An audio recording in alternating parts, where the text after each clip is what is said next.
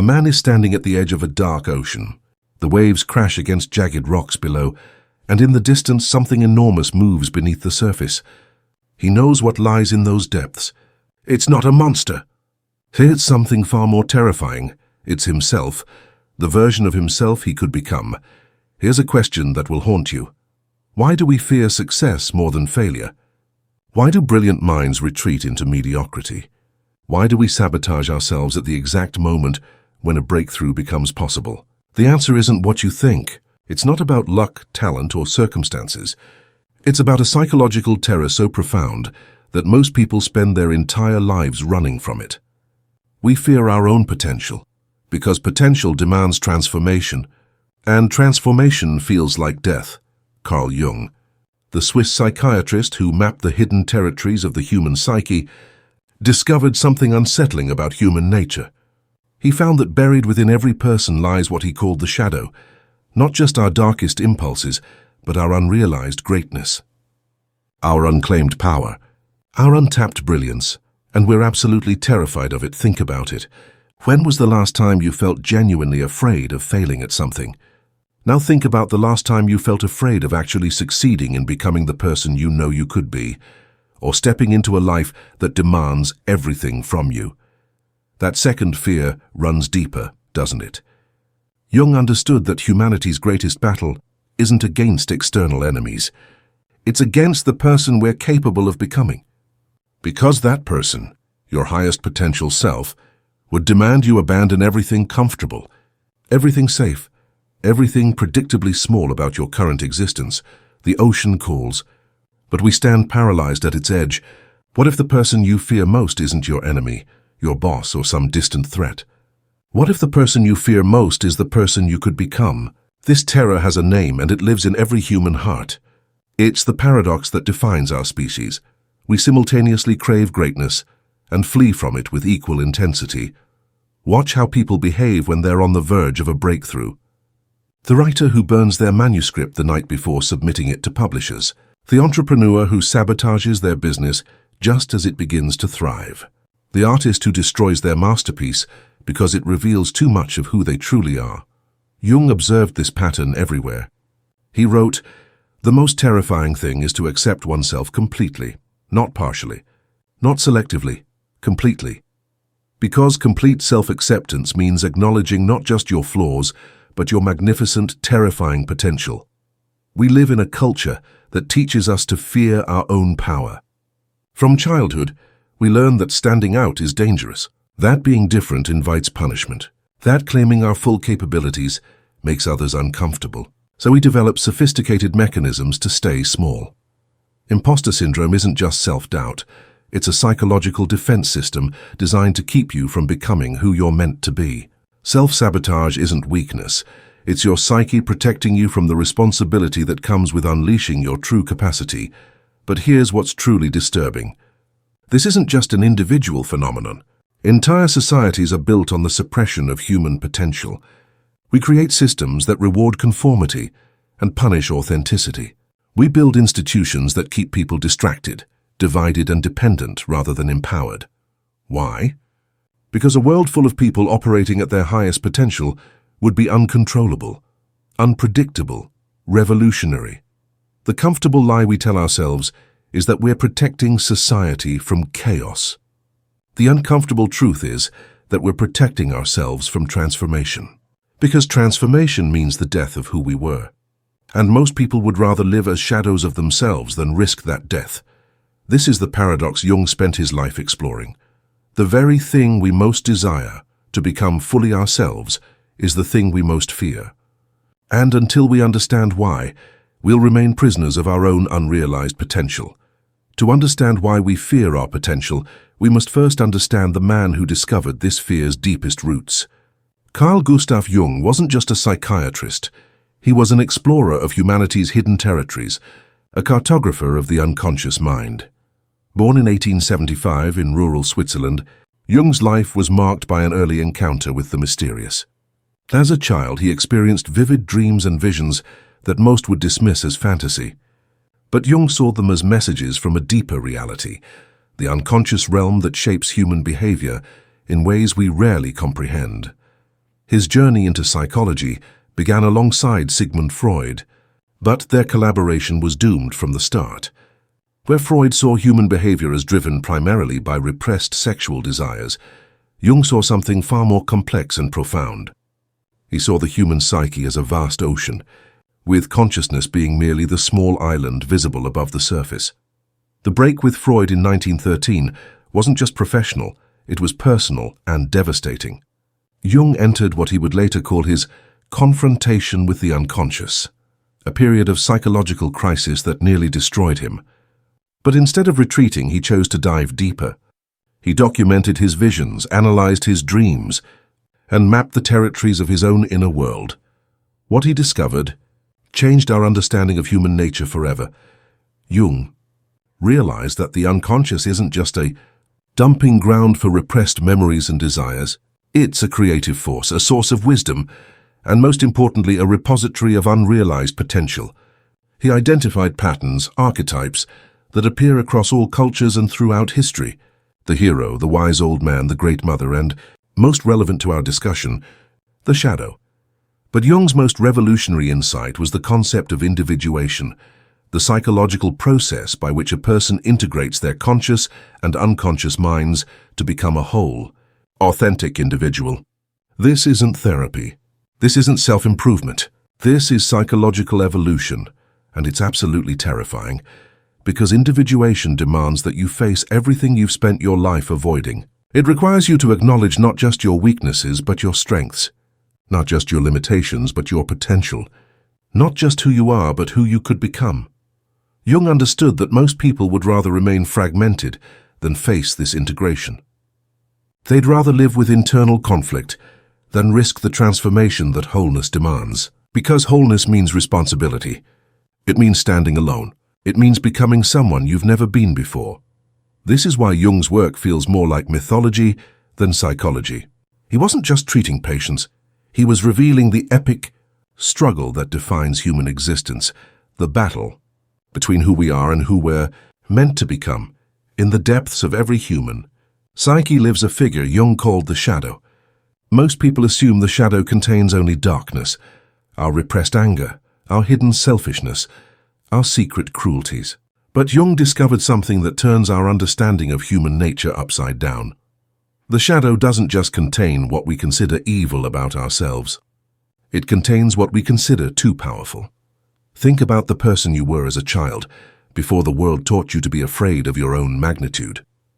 Remember that fearless creativity, that unfiltered authenticity, that natural confidence that adults found either charming or threatening. That child didn't just disappear. They were buried alive in your shadow. We don't just repress our darkness. We repress our light. The artist who was told their work was too much learns to create safely, predictably. Their wild genius gets buried alongside their wild impulses. The natural leader who was punished for taking charge learns to follow, to stay small. Their capacity for vision and influence gets locked away with their capacity for rebellion. This is the cruel irony of psychological development. We become civilized by betraying our own potential. Jung worked with patients who suffered not from trauma or mental illness, but from what he called the general neurosis of our time, the sickness that comes from living too small a life. Successful businessmen who felt empty despite their achievements. Talented artists who couldn't create anything meaningful. Intelligent people trapped in lives that demanded nothing of their intelligence. Their shadow contained not just their repressed anger or sexuality, but their repressed greatness. Consider the story of a patient Jung described, a successful lawyer who came to therapy complaining of depression and anxiety. Through analysis, they discovered that his shadow contained not a criminal, but an artist. He had buried his creative potential so deeply that it was literally making him sick. The very talents he had abandoned were poisoning him from within. This is why confronting the shadow is so terrifying. It's not just about facing your demons. It's about facing your angels, your buried gifts, your unclaimed power, your unrealized magnificence. And facing that magnificence means accepting responsibility for it. It means asking yourself a question that most people spend their entire lives avoiding. If I am capable of this much, why am I settling for so little? The shadow, the darkness and the light are intertwined because they both represent the same thing. the parts of yourself that society cannot tolerate. The parts that are too wild, too powerful, too unpredictable to fit into the neat categories that keep civilization functioning smoothly. To embrace your potential, you must first walk through this darkness. Not because you are evil, but because your goodness, your true, unconditioned goodness, is too bright for a world that has learned to see in shadows. Jung gave this terrifying process a deceptively simple name: individuation. It sounds academic, almost pleasant. But individuation is nothing less than psychological death and rebirth. It's the journey from who you've been conditioned to be to who you actually are. And most people would rather remain unconscious than face this transformation. Individuation begins with a crisis. Something happens that shatters your comfortable illusions about yourself and your life. Maybe it's a failure that forces you to question your assumptions. Maybe it's a success that reveals how hollow your achievements feel. Maybe it's simply the growing awareness that you've been living someone else's life. This crisis feels like dying because, in a very real sense, it is.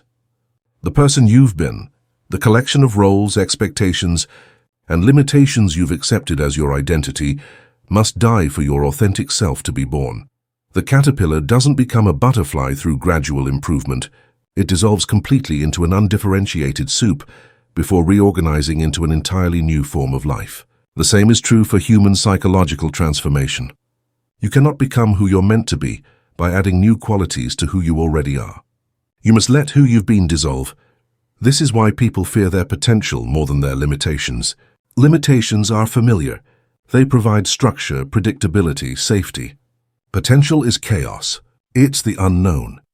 It's the demand to become someone you've never been before. Jung understood that individuation requires what he called holding the tension of opposites. You must simultaneously accept who you've been while reaching toward who you could become. You must integrate your shadow while transcending your current identity. You must embrace your gifts while accepting the responsibility they bring. The process is brutally lonely. As you shed the false aspects of yourself, you also shed the relationships and communities that were built on those false aspects. Friends who knew the old you may no longer recognize the new you. Family members who benefited from your limitations may resist your growth. Society which counted on your compliance may punish your authenticity. This is why so many people turn back at the threshold of transformation. The cost seems too high. The risk seems too great. It's easier to remain a disappointed version of who you've always been than to risk becoming a fulfilled version of who you've never been. But Jung discovered something extraordinary about those who complete this journey. They don't just become happier or more successful. They become more than they ever imagined possible. They access creative powers they didn't know they possessed. They develop wisdom that surprises even them. They become channels for something larger than their individual ego. Individuation isn't self-improvement. It's self-transcendence. It's not about becoming a better version of who you are. It's about becoming who you've always been, beneath the layers of conditioning, fear, and compromise. The butterfly doesn't improve upon the caterpillar. It reveals what the caterpillar always was, a temporary form housing the potential for flight. Your current self is the caterpillar. Your potential is the butterfly. And individuation is the terrifying, magnificent process of dissolution and rebirth that transforms one into the other. But this fear of potential isn't just personal. It's systematic. Modern civilization has developed sophisticated mechanisms to ensure that most people never confront their true capabilities. This isn't accidental. It's not a bug in the system. It's a feature. Jung recognized that healthy societies need a balance between individual expression and collective stability. But he also saw how easily this balance could tip toward the systematic suppression of human potential. When societies become too focused on order, control, and predictability, they begin to treat individuation as a threat rather than a gift. Consider how our educational systems operate. From the earliest age, children are taught to sit still, follow instructions, and provide predetermined answers to predetermined questions. Creativity is relegated to art class. Leadership is discouraged unless it serves institutional purposes. The child who questions authority is labeled problematic. The child who thinks differently is medicated into conformity. This isn't education, it's domestication. We're training human beings to be productive, compliant, and predictable, rather than authentic, creative, and powerful. The workplace continues this conditioning. Employees are rewarded for following procedures, not for innovation. They're promoted for managing up, not for thinking independently. They're valued for being replaceable parts in a machine, rather than unique individuals with irreplaceable gifts. The system creates what Jung called mass man, people, who have lost touch with their individual essence and exist only as functions within larger structures. Media and technology amplify this process exponentially. We're bombarded with messages designed to make us feel inadequate, while simultaneously offering easy distractions from that inadequacy. Social media creates the illusion of connection while isolating us from genuine community. Entertainment keeps us passive while numbing us to the reality of our unused potential. The result is a society of people who have forgotten what they're capable of. They measure their worth by external metrics, salary, status symbols, social media followers, rather than by the depth of their character or the magnitude of their untapped abilities. They live in constant comparison with others, rather than in constant dialogue. With their own possibilities, this creates what Jung called the general neurosis of our time, a widespread psychological sickness caused not by trauma or mental illness, but by the systematic suppression of human potential. People feel anxious, depressed, and empty, not because something is wrong with them, but because they're living lives that demand nothing of their true capabilities. The most insidious part of this system is that it convinces people that their smallness is natural, inevitable, even virtuous. Humility becomes an excuse for hiding your gifts. Modesty becomes a reason to avoid excellence. The fear of appearing arrogant keeps people from claiming their legitimate power. But Jung saw through this deception. He understood that a society that systematically diminishes its individuals ultimately diminishes itself. When we suppress human potential, we don't create stability, we create stagnation. We don't prevent chaos, we prevent growth. The conspiracy against greatness isn't orchestrated by evil leaders in secret rooms. It's maintained by millions of people who have learned to fear their own magnificence, and therefore unconsciously work to ensure that others remain as limited as they feel. It's a conspiracy of the wounded against the whole, the frightened against the brave, the resigned against the possible. Breaking free from this conspiracy requires more than individual effort. It requires recognizing that your personal journey toward authenticity is also a political act, a form of resistance against systems designed to keep you small. Throughout history, there have been individuals who refused to accept the limitations imposed by their societies. They confronted their potential, embraced their power, and changed the world. But their stories reveal a disturbing truth. Those who dare to become fully themselves often pay an enormous price. Consider Galileo Galilei, who dared to see the universe as it actually was, rather than as the church insisted it should be.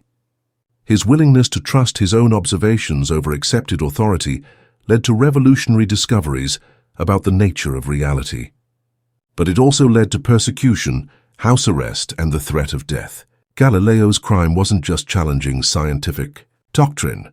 It was demonstrating the power of individual consciousness to perceive truth, independently of institutional approval. Or examine the life of Vincent van Gogh, whose artistic vision was so original, so intensely personal, that his contemporaries dismissed him as mad. Van Gogh refused to paint what was commercially acceptable. He painted what he saw with his inner eye, swirling galaxies of emotion, landscapes alive with spiritual energy, portraits that revealed the souls of his subjects.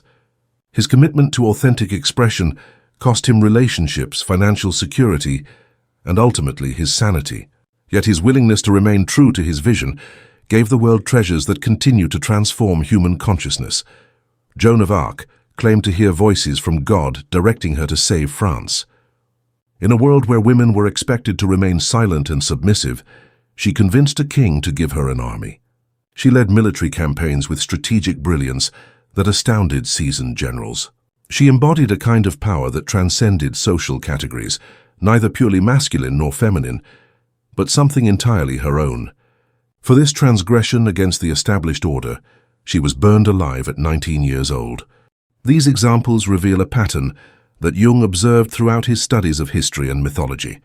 Those who embrace their full potential, who dare to live from their authentic power rather than their assigned roles, often face exile, persecution, or death. But they also become immortal in ways that their conformist contemporaries never do. The pattern continues in more recent history. Martin Luther King Jr. embraced his potential as a moral leader and visionary, knowing it would make him a target for assassination. Nelson Mandela spent 27 years in prison for refusing to accept the limitations apartheid imposed on his people and himself.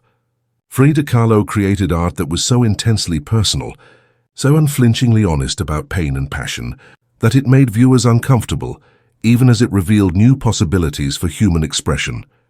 Each of these individuals faced what Jung called the night sea journey, a descent into darkness, isolation, and suffering that precedes genuine transformation. They had to confront not only external opposition but internal terror. They had to overcome their own fear of becoming who they were meant to be. But here's what makes their stories both inspiring and terrifying. They didn't choose greatness because it was safe or comfortable or likely to be rewarded. They chose it because the alternative, living as less than they were capable of being, felt like a form of death.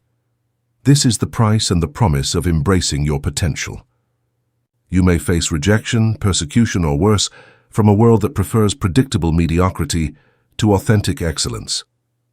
But you will also access powers you didn't know you possessed.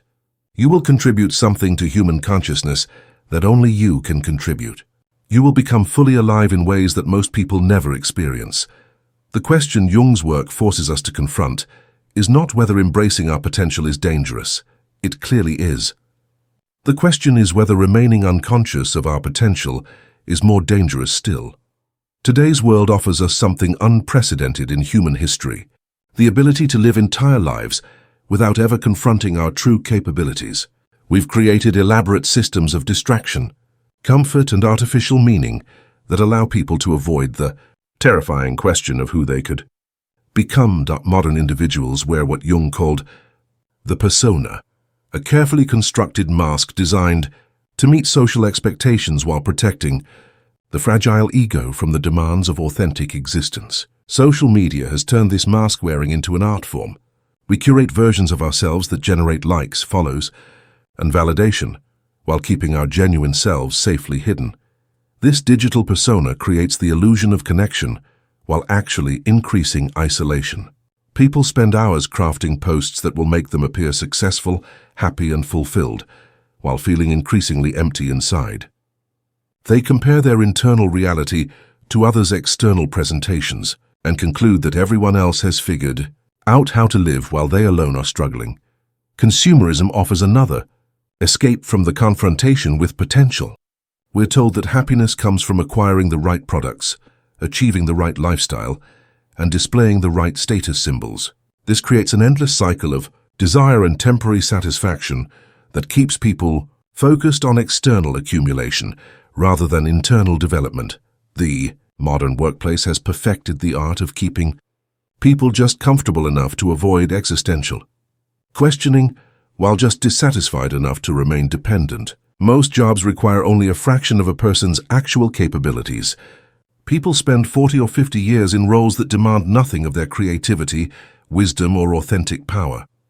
They become what Jung called functional personalities, efficient at performing tasks, but disconnected from their essential selves. Our entertainment culture provides sophisticated methods for avoiding self-confrontation. Streaming services offer endless content designed to occupy consciousness without engaging it deeply. Video games create virtual worlds where people can experience a sense of achievement and power without the risks that accompany real-world development. Porn offers the simulation of intimacy without the vulnerability that genuine relationships require. The result is what Jung predicted: a society of people living what Thoreau called lives of quiet desperation. They're not clinically depressed or obviously dysfunctional. They're functioning members of society who have simply forgotten what they're capable of. They've traded their potential for security, their authenticity for acceptance, their power for comfort. This creates a peculiar form of modern suffering. Previous generations faced clear external challenges, wars, famines, diseases, that forced them to discover their capabilities through necessity. Modern individuals face the more subtle but equally devastating challenge of lives that require nothing extraordinary from them. The anxiety, depression, and sense of meaninglessness that characterize modern life aren't symptoms of mental illness. They're symptoms of unused potential. They're the psyche's way of signaling that something essential is missing from life. That something is the confrontation with who you actually are, beneath the layers of conditioning, distraction, and compromise. The safety we've created is killing us slowly. We've eliminated most external threats while creating internal ones far more dangerous. We're dying not from persecution or poverty, but from the gradual suffocation of our authentic selves. The mask of safety has become a prison, and most people would rather remain in that prison than face the terror and magnificence of who they could become outside its walls. So how does one begin this terrifying journey toward wholeness? How do you confront the shadow that contains both your demons and your angels? Jung's approach wasn't theoretical, it was practical. Though it demanded everything from those brave enough to attempt it, the process begins with what Jung called active imagination, the willingness to engage with the contents of your unconscious mind as if they were real autonomous entities. This isn't meditation or visualization. This is psychological archaeology, digging up the buried aspects of yourself that you've spent your life avoiding. Start by paying attention to what you judge most harshly in others. The qualities that trigger your strongest negative reactions are often projections of your own shadow material. The person who irritates you with their arrogance may be reflecting your own disowned confidence. The individual you despise for their selfishness may be mirroring your own unexpressed needs.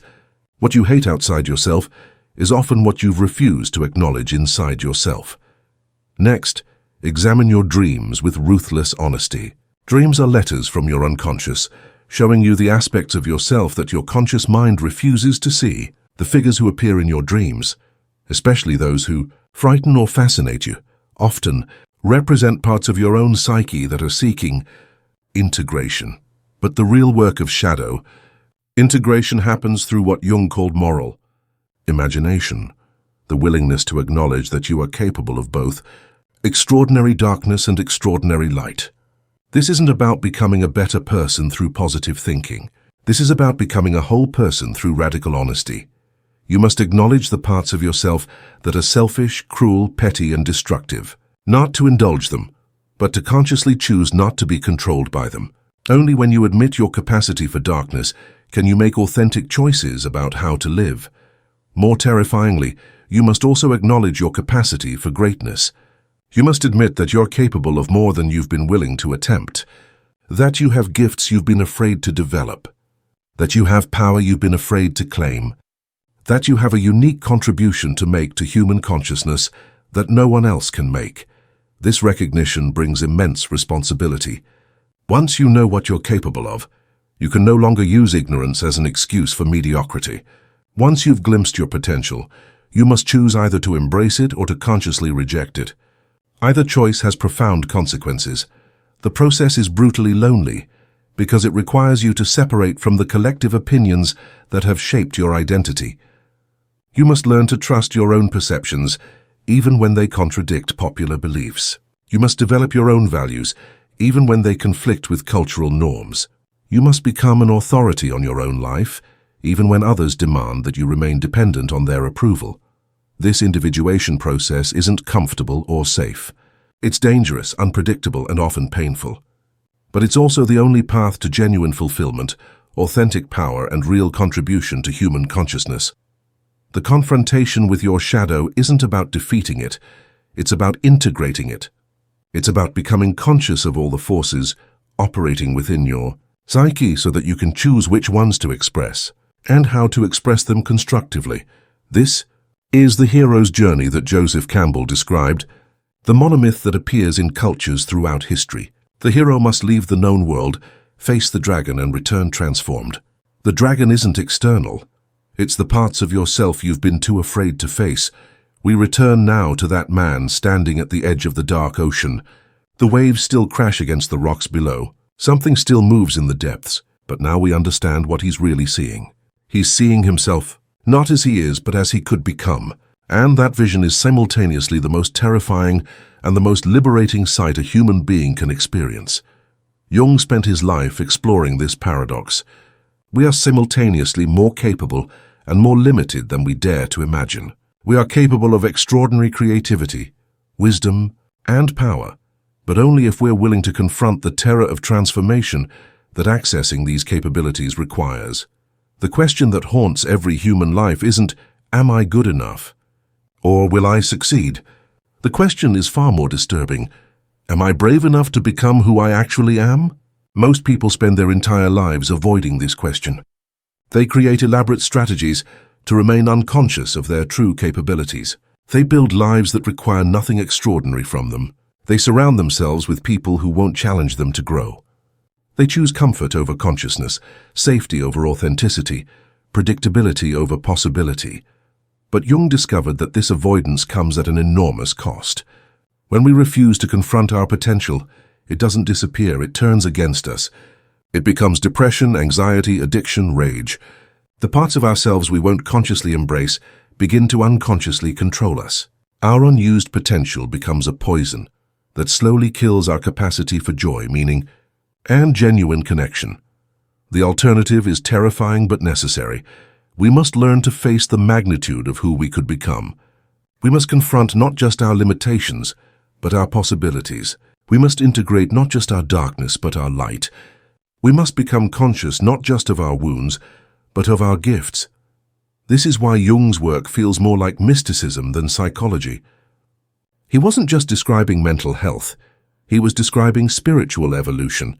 The journey towards psychological wholeness is simultaneously a journey toward conscious participation in the larger patterns that shape human existence.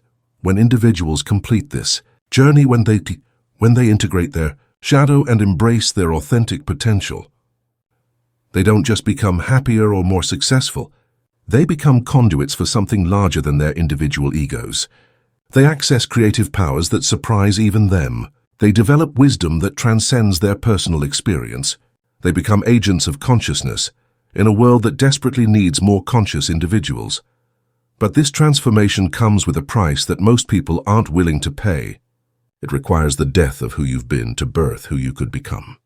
It demands that you abandon the safety of limitations to embrace the responsibility of capabilities. It insists that you stop blaming external circumstances for internal choices. Jung's final insight was both a warning and an invitation. Until you make the unconscious conscious, it will direct your life and you will call it fate. The forces within your psyche, your fears, your gifts, your shadows, your potential will continue to shape your choices, whether you acknowledge them or not.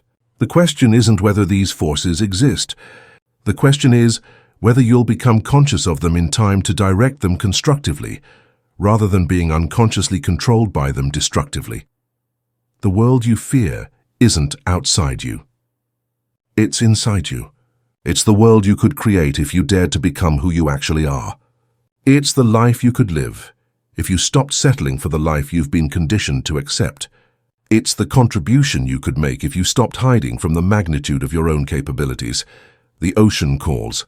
The depths hold both terror and treasure.